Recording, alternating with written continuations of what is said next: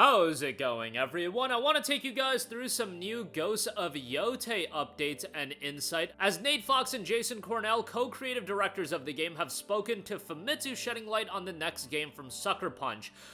They give us some insight on the design, the background of the story, and so on and so forth. Obviously, we do know now that Ghosts of Yōtei will be released on October the 2nd. I am led to believe that based on them knowing a date to stamp in for Ghosts of Yōtei, they probably have an idea of when GTA 6 is going to come out. Like, I am sure that those in the know at Sony, as far as dating these games, would have some sort of insight as far as when GTA is going to come out. And at the end of the day, Ghosts of Yōtei is going to be a game that I think a lot of people are going to check out regardless. It's going to be a major game. It's building on an IP that at this point is established. People love Tsushima, so I think Yōtei is going to do very well regardless. However, that idea of competing with GTA definitely has to be brought up because they're both big open world titles, thematically totally different, but big open world games nonetheless.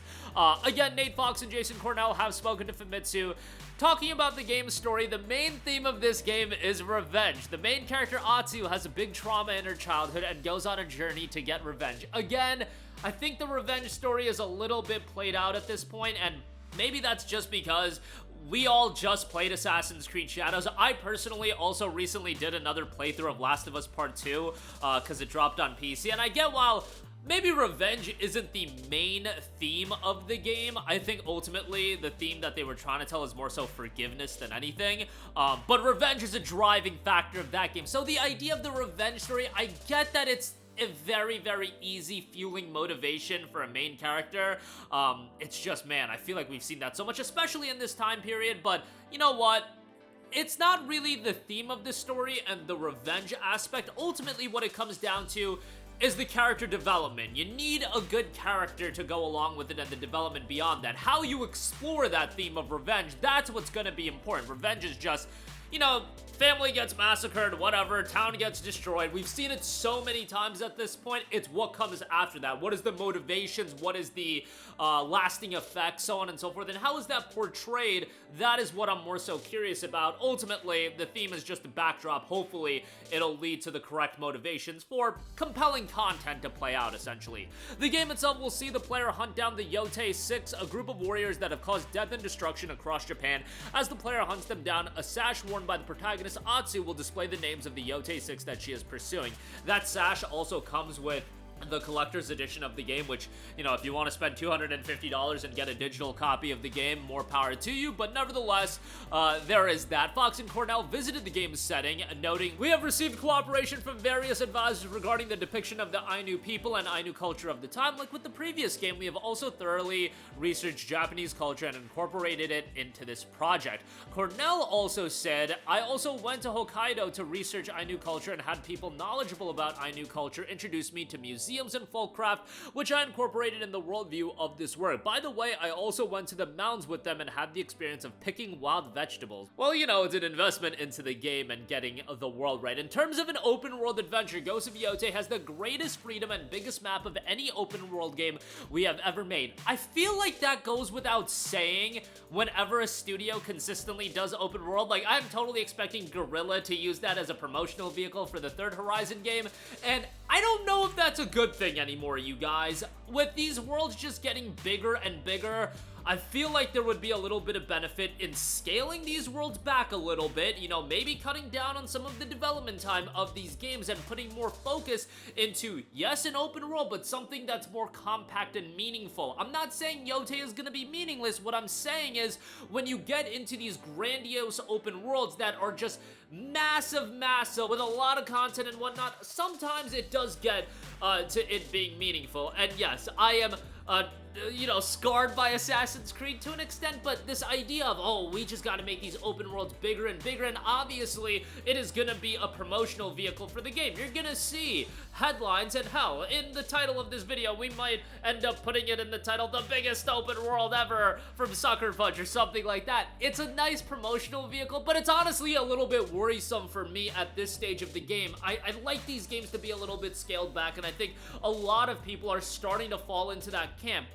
The reality is, yes, Yōtei is going to be a game that has this massive open world and it's going to have a lot of content. I think the reality a lot of people are facing is the dilemma of, our backlogs are crazy, which it's so easy to build a massive backlog these days. I think most people have a crazy backlog of games that they're gonna play, especially if you're the kind of person that's looking to pick up Yōtei day one. Like, you're probably somewhat into gaming. You might have a PlayStation Plus subscription and a ton of games in the backlog as a part of that, but it's just like these 80 to 100 hour long games, and I don't know how long Yōtei is gonna be, but I think getting bigger for the sake of making a bigger game because you think people need that, yes, quantity matters and quantity of content matters to an extent, but it's only one factor, and I think when you get to the point of it just being a bigger open world, but ultimately diluting the content, that's what worries me. It's Sucker Punch. Their games have progressively been getting bigger.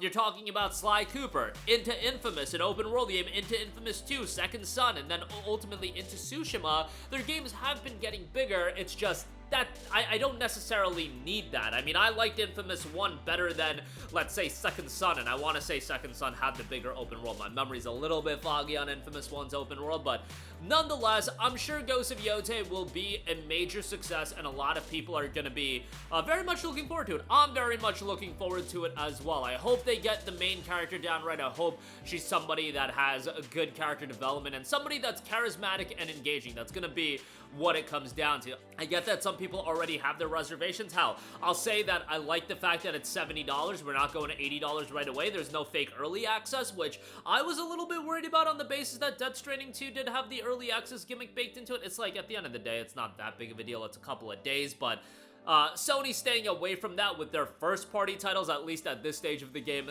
that's a W to me. Outside of their live service games have had it, Concord had it, but you get the idea. I am happy about that. The game will officially be out on October 2nd. At the very least, it's nice to get a big-budget AAA first-party game from one of Sony's first-party studios this year. Last year was kind of saved by Astrobot, but we're talking about a significant release from an established studio at this stage of the game, and Sucker Punch hasn't put out a game since 2020.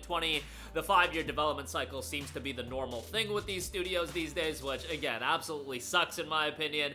I just remember the days we got Infamous 1 into Infamous 2, into Infamous Second Son in the span of like 5 years, and now you're talking about that same window of time for one main game. And I saw somebody comment saying, would you rather these games be half-baked? Well, let me argue, some of these games are half-baked, even with the significant development cycle, and I get it, the games are bigger and bigger, but it being the greatest freedom and biggest map of any open world game they've ever created, I don't know necessarily if that's a good thing, if that's causing the development cycles to bloat up, and ultimately, we've seen in other games that dilute the content. But I am very confident in Yōtei. Sucker Punch has been one of those studios that literally every single one of their games has been really good to fantastic. Sly 1, Sly 2, Sly 3, into Infamous 1. Infamous 2 I wasn't as crazy about, but still a great game. Festival of Blood, whatever.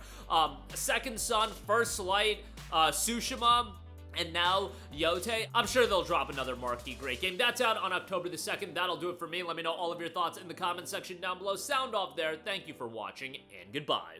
Hey guys, we hope you enjoyed the video, and if you did, make sure to hit the subscribe button, and if you're already subscribed, do us a favor and hit the bell icon. This way you'll be notified whenever we post a new video. That's the best way to keep up with all of our uploads, and we usually try to upload 2 videos a day. And with the bell icon hit, you'll be notified whenever we do upload a video. As always, thanks for watching.